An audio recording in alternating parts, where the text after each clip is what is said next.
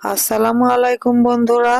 আজ আমি খুব সহজ পদ্ধতিতে দোকানের মতো ডিমের চপ বা ডিমের টেবিল বানিয়ে দেখাবো, যা খেতে হবে দোকানের থেকেও অনেক বেশি টেস্টি।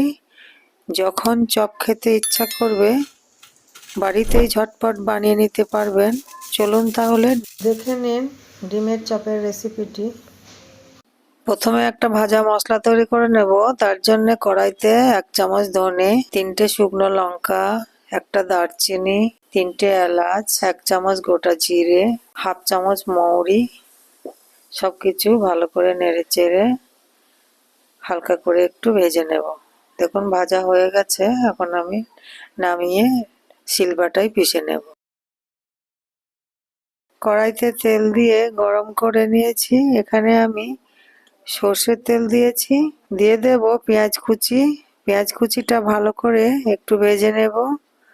তারপর দেব রসুন কুচি, আদা থেতো করা, কাঁচা লঙ্কা কুচি,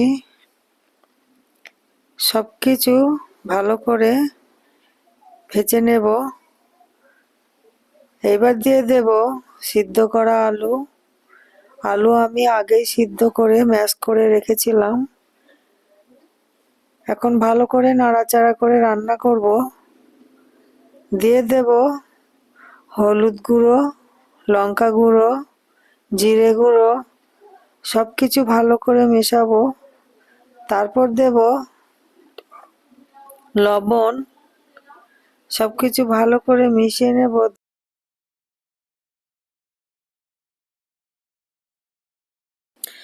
দেখুন আমার আলুর তরকারিটা হয়ে গেছে। এখন দিয়ে দেব ভাজা মশলা আর ধনেপাতা। সবকিছু আবারও ভালো করে মিশিয়ে নেব। তারপর একটা প্লেটে নামিয়ে নেব।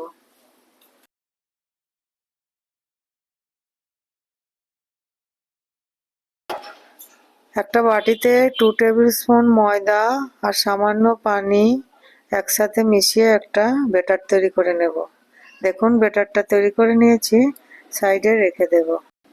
2টো ডিম সিদ্ধ করে আমি হাফ করে নিয়েছি। এইবার কিছুটা আলুর তরকারি নিয়ে চ্যাপ্টা করে নেব। মাঝখানে সিদ্ধ ডিমটা দিয়ে ভালো করে আলু দিয়ে ডিমটাকে ঢেকে দেব। দেখুন ভালো করে ঢেকে দিয়েছি। সুন্দর করে একটা শেপ দিয়ে নিয়েছি। আমি এখানে লম্বা শেপ দিয়েছি। এই একইভাবে সবগুলো বানিয়ে নেব। দেখুন সবগুলো আমি বানিয়ে নিয়েছি। এখন একটা করে চপ নিয়ে ময়দার ব্যাটারে ডুবিয়ে তুলে টোস্ট বিস্কুটের গুঁড়োর মধ্যে কোট করে নেব। ঠিক এইভাবে হাতে করে চেপে চেপে কোট করে নিতে হবে।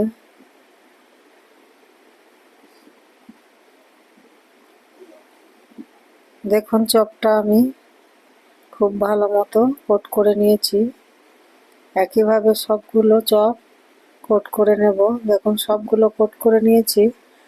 আবারও একবার কোট করে নেব। আমি এখানে ডবল কোট করব। একবার কোট করলেও হয়, কিন্তু ডবল কোট করলে চপটা খেতে খুবই খাস্তা হয়। দেখুন সবগুলো চপ আমি একে একে ডবল কোট করে নিয়েছি। এখন চপগুলো আমি ভেজে নেব। তার জন্য একটা কড়াইয়ে তেল দিয়ে তেলটা ভালো মতো গরম করে নিয়েছি। চপগুলো একটা একটা করে দিয়ে ভালো করে ভেজে নেব। চপগুলো উল্টে পাল্টে ভালো করে ভেজে নেব। ভাজার সময় চপগুলো যদি ফেটে যায় তাহলে বুঝবেন আলুর মধ্যে পানি আছে। তখন কিছুটা ময়দা বা কর্নফ্লাওয়ার দিয়ে আলুটা মেখে নিলেই আর চপ ফাটবে না। চপগুলো ভাজতে খুব একটা বেশি সময় লাগে না। দেখুন চপগুলো খুব সুন্দর একটা কালার চলে এসেছে। এখন আমি চপগুলো তুলে নেব। একইভাবে বাকি চপগুলো আমি ভেজে নেব।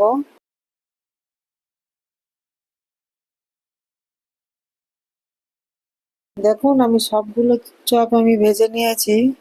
তা তৈরি হয়ে গেল মুচমুচে মজাদার মুখরোচক ডিমের চপ বা ডিমের টেবিল।